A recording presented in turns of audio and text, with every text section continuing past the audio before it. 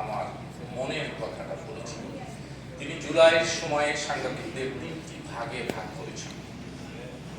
আমি নিজেকে আবিষ্কার করছি 2য় ভাগের সাংবাদিক হিসাবে। ওখানে এক নম্বর, 2 নম্বর, 3 নম্বর বলেছেন। আমি ব্যাখ্যা দিতে চাই না, যদি সুযোগ থাকে এই ইন্টারভিউটা করে নেবেন। তো যাই হোক, এই বেদনা আছে, কারণ নিউজ রুমে আমি জানি যেদিনটা ঢাকা সহ সারা দেশে প্রথম আলো রিপোর্ট অনুযায়ী পরের দিন 98 জনের ডেড বডি পাওয়া গিয়েছিল। সেদিন বাংলাদেশের টেলিভিশনগুলো 1টি কি 2টো মৃত্যুর খবর ছাড়া কোনো মৃত্যুর খবর দেয়নি। অথচ নিউজ রুমে আমাদের কাছে ফুটেজ ছিল সারি সারি লাশের ফুটেজ, কিন্তু আমরা সেটা দেখাতে পারিনি, বলতেও পারি।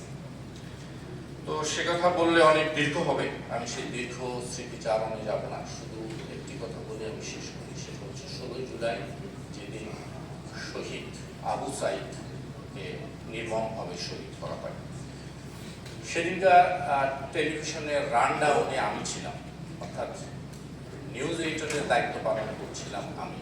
দুপুর 2টার নিউজ, আমি রানডাউনে ছিলাম।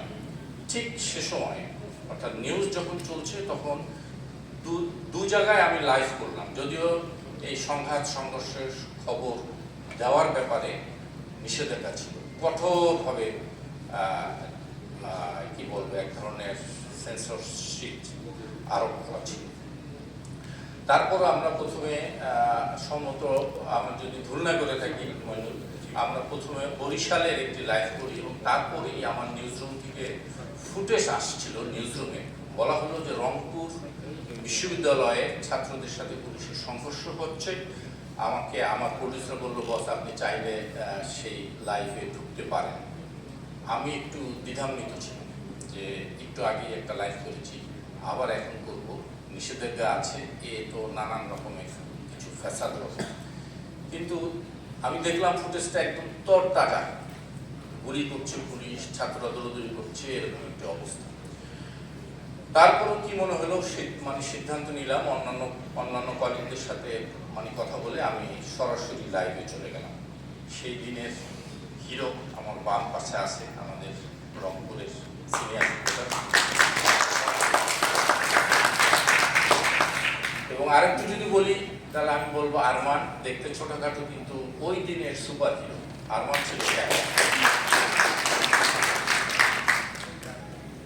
আমি যখন লাইভে ঢুকলাম তখন আরমান ঠিক স্পটে, ফুটেজ দেখছি। তো লাইভে চলে গেলাম, মইনুল সেই ঘটনার বর্ণনা করছে, যদিও আড়াল থেকে মইনুলকে দেখা যাচ্ছে না, শুধু ফুটেজ আমরা দেখাচ্ছি। হ্যাঁ, আমরা পরে মইনুলের কাছে শুনছিলাম, মইনুল বলছে যে যেভাবে যুদ্ধ হচ্ছে, ক্রস ফায়ারের মতো যদি পড়ে যায় তার ভয়ে এক পাশে গিয়ে সে ধারা বর্ণনা করছিল। কিন্তু আরমান সামনেই ছিল, আরমান ক্যামেরা নিয়ে সে দুঃসাহসিক কাজটি করেছিল। এবং সম্ভবত না, নিশ্চিত হয়ে বলি যে আমরা শুধুমাত্র এনটিভি ওই দিনকার ঘটনাস্থল থেকে এই আবু সাইদকে গুলি করে হত্যার দৃশ্যটা আমরা শুধুমাত্র এনটিভি লাইভে প্রচার করছি। ঘটনাটি যখন ঘটে যায় আমরা নিউজ রুমে হতভম্ব হয়ে পড়ি। আমার নিজের হাত পা তখন কাঁপছিল, কারণ আমি জানছিলাম, আমি বুঝতে পারছিলাম যে এর পরবর্তী পরিস্থিতি আমাকে সামাল দেওয়া কঠিন হবে। 2:13 থেকে 2:17 যদি ভুল না করে থাকি, আমরা এই সময়টা লাইভে ছিলাম। এই লাইভে দেখা গেল যে পুলিশ ডাইরেক্ট গুলি করছে এবং আবু সাইদ নিহত হলো। যাই হোক, আমি শেষ করে দিই। পরবর্তীতে যেটা হয় তাই হলো, অনেক দৌড়াদৌড়ি, প্রস্তুত, কে করলো, কেন করলো, কিভাবে করলো, কেন এটা দেখালো, ইত্যাদি ইত্যাদি অনেক কথা।